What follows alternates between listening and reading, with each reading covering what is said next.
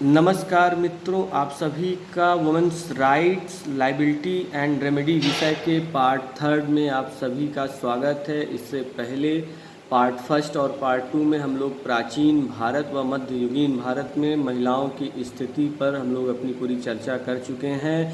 आज हम लोग आधुनिक भारत में तमाम राजनीतिक, सामाजिक, आर्थिक, सांस्कृतिक व पारिवारिक स्थितियों के बारे में हम लोग चर्चा करेंगे।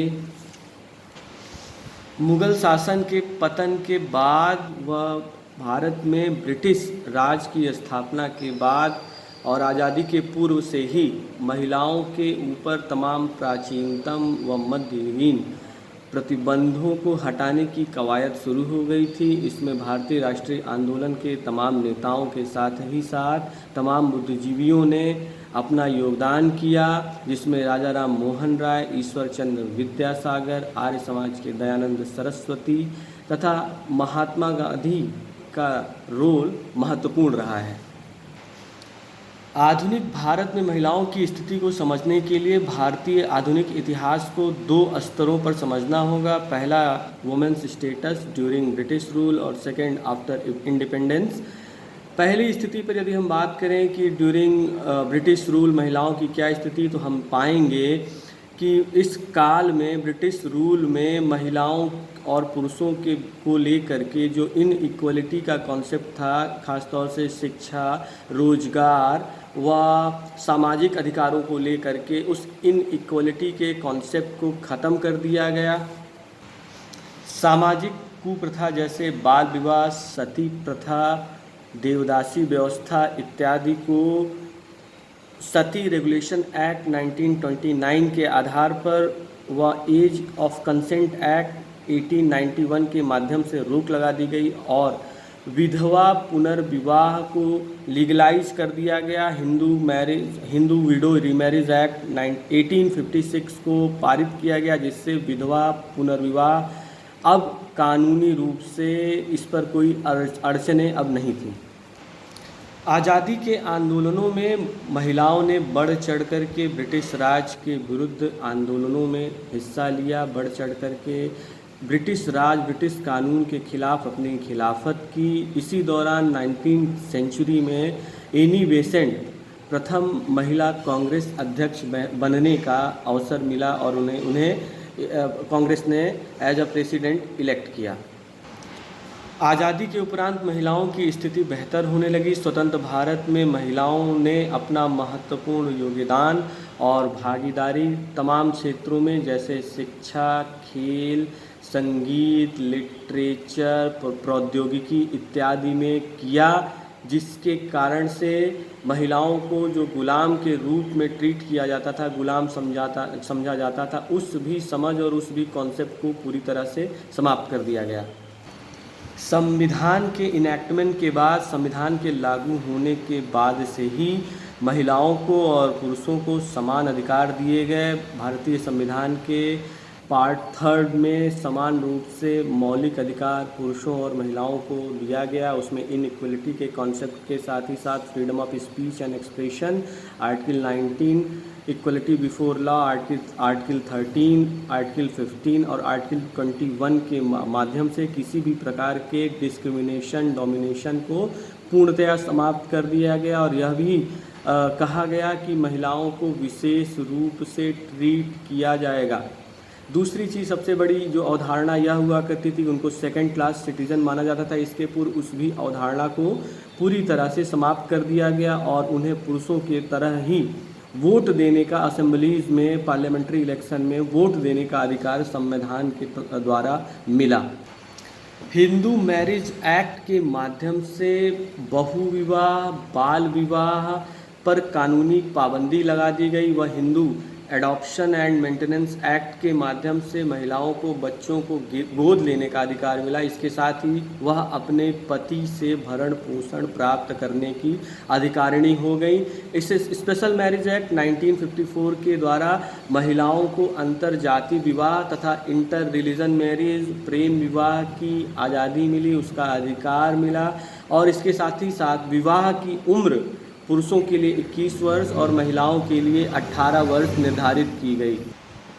The suppression of immoral traffic of women and girls act 1956 के लागू होने के बाद महिलाओं का अपहरण और अपहरण के बाद उनको प्रोस्टिट्यूशन में जबरन ढकेलना एक पनिशेबल ऑफेंस की श्रेणी में आ गया। इसके साथ ही साथ medical termination of pregnancy act 1971 के माध्यम से एबॉर्शन को लीगलाइज किया गया यदि महिला मानसिक व शारीरिक रूप से अपनी प्रेगनेंसी को करने में असफल हो रही है। तो अगर हम बात क्रिमिनल लॉ की करें तो 2013 के अमेंडमेंट के बाद, जिसमें जस्टिस वर्मा की एक रिकमेंडेशंस आई थी, उस रिकमेंडेशंस को इंडियन पेनल कोड और तमाम क्रिमिनल जस्टिस का पार्ट बनाने के बाद 375 से लेकर के तमाम जो महिलाओं के विरुद्ध लैंगिक अपराध होते हैं, उन अपराधों को पनिशेबल ऑफेंस और उसको लार्जर दायरे में लाने के लिए उस ऑफेंस को इसको फिर से डिफ़ाइन किया गया। और हालत यह हुई कि यहाँ तक कि लैंगिक अपराध तो छोड़िए, यदि कोई महिला की मर्ज़ी के बगैर उसके ताक झाँक कर रहा है, उसको मॉलेस्ट कर रहा है, फिज़िकली मेंटली असॉल्ट कर रहा है, उसका पीछा कर रहा है, उसको पोर्नोग्राफी फोर्सफुल्ली दिखा रहा है, तो वह एक पनिशेबल ऑफेंस माना गया। और यहाँ तक कि यदि कोई पब्लिक सर्वेंट भी ऑन ड्यूटी या किसी भी स्थिति में अगर किसी महिला के साथ इस प्रकार के लैंगिक अपराधों को करता है तो वह भी अब पनिशेबल ऑफेंस हो गया है, जिसके माध्यम से महिलाएं अपने ऊपर होने वाले तमाम सेक्सुअल ऑफेंस के विरुद्ध न्यायालयों में जा सकती हैं और न्याय पा सकती हैं। अपहरण, व्यपहरण, किडनैपिंग, एब्डक्शन तो ऑफेंस है ही। इसके साथ ही साथ यदि कोई व्यक्ति अपहरण करने के बाद पुनः उसको प्रोस्टिट्यूशन में जबरन ढकेलना चाहता है या उसको इलिसिट इंटरकोर्स के लिए मजबूर कर रहा है तो यह भी आईपीसी में पनिशेबल ऑफेंस है। इसके साथ ही साथ यदि कोई विवाहिता अपने ससुराल वालों के माध्यम से मेंटली फिजिकली टॉर्चर होती है, चाहे वो दहेज के नाम पर या किसी भी तरीके से, तो वह भी पनिशेबल ऑफेंस है इंडियन पेनल कोड के अंडर सेक्शन 498A में। और इसके साथ ही साथ यदि उस विवाहिता की मृत्यु विवाह के 7 साल के भीतर हो जाती है तो यह बर्डन ऑफ प्रूफ उस पति अथवा उस पति के परिवार को दिखाना होता है, बताना होता है न्यायालय के सम्मुख कि उसकी मृत्यु दहेज हत्या नहीं है। इसके इतर सेक्शन 125 सीआरपीसी को सेकुलर प्रोविज़न बनाते हुए सभी धर्मों की महिलाएं अपने पतियों से भरण पोषण प्राप्त कर सकती हैं। इसके साथ द मैटरनिटी बेनिफिट एक्ट 1961 के माध्यम से कामगार गर्भवती महिलाओं को 3 मंथ की लीव मिलती है with salary. Hindu succession act 1956 के माध्यम से पुत्रियों को पुत्रों की तरह को पार्टनर बनाया गया है। इसके साथ ही साथ पुत्रियां समान रूप से अपने पिता की संपत्ति की अधिकारिणी होंगी।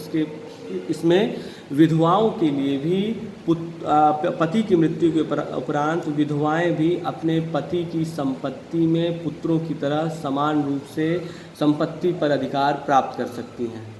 एक पॉपुलर लैटिन मैक्सिम लॉ का है उरी जस रेमेडियम, where there is right there is remedy. जहाँ पे अधिकार होता है वहीं पर उपचार भी होता है। इसके माध्यम से मैं कहना ये चाहता हूँ कि स्वतंत्र भारत में भारतीय न्यायिक व्यवस्था के स्थापित होने के उपरांत कोई भी महिला 3 स्तरों पर अपने अधिकारों के लिए कोर्ट में जा कर के उसको ले सकती है। पहला, जिला न्यायालय होते हैं जहां पर तमाम फौजदारी और दीवानी के मामलों को सुना जाता है, उसकी सुनवाई होती है। उसके उपरांत भारत में राज्य स्तरों पर उच्च न्यायालय स्थापित किए गए हैं और सबसे ऊपरी अदालत जिसको उच्चतम न्यायालय कहा जाता है वहां पर हम जा सकते हैं। जिला न्यायालयों में हम केवल सामान्य अधिकारों की बात करते हैं। उच्च या उच्चतम न्यायालयों में हम लोग अपने तमाम जो ऑर्डिनरी राइट्स हैं उसको क्लेम करने के लिए उसके लिए हम अपील के थ्रू जा सकते हैं। और उच्च और उच्चतम न्यायालयों में हम इसके साथ ही साथ फंडामेंटल राइट्स के वायलेशन पर भी वहाँ पर हम अपनी रिट पिटीशन फाइल कर सकते हैं। तुलनात्मक रूप से यदि हम देखें तो प्राचीन भारत, मध्यकालीन भारत और आधुनिक भारत में महिलाओं की स्थिति बहुत बेहतर हो चुकी है। आज के दौर में महिलाएं तमाम रोजगार, शिक्षा व स्पोर्ट्स व लिटरेचर के साथ ही साथ प्रौद्योगिकी और फाइन आर्ट में उनका उल्लेखनीय योगदान उभर करके सामने आ रहा है। उनको समान अवसर दिया जा रहा है। उनके विरुद्ध होने वाले अपराधों को लेकर के देश में तमाम हमारे पार्लियामेंट और स्टेट लेजिस्लेटिव असेंबलीज़ ने बहुत सारे कानून पारित किए हैं जिनसे उनके अधिकारों और उनके तमाम उत्तरदायित्वों की सुरक्षा की जा सके, वह एक अच्छे लोकतांत्रिक माहौल में जी सकें और अपने देश में वह सेकंड क्लास सिटीज़न की तरह न जिएं, जबकि उन्हें एक ऐसे माहौल में, एक ऐसे स्थिति में रखा जाए जिससे उनका भी विकास, चाहे वो सामाजिक रूप से हो, आर्थिक रूप से हो, पारिवारिक रूप से हो, हर तरह से किया जा सके।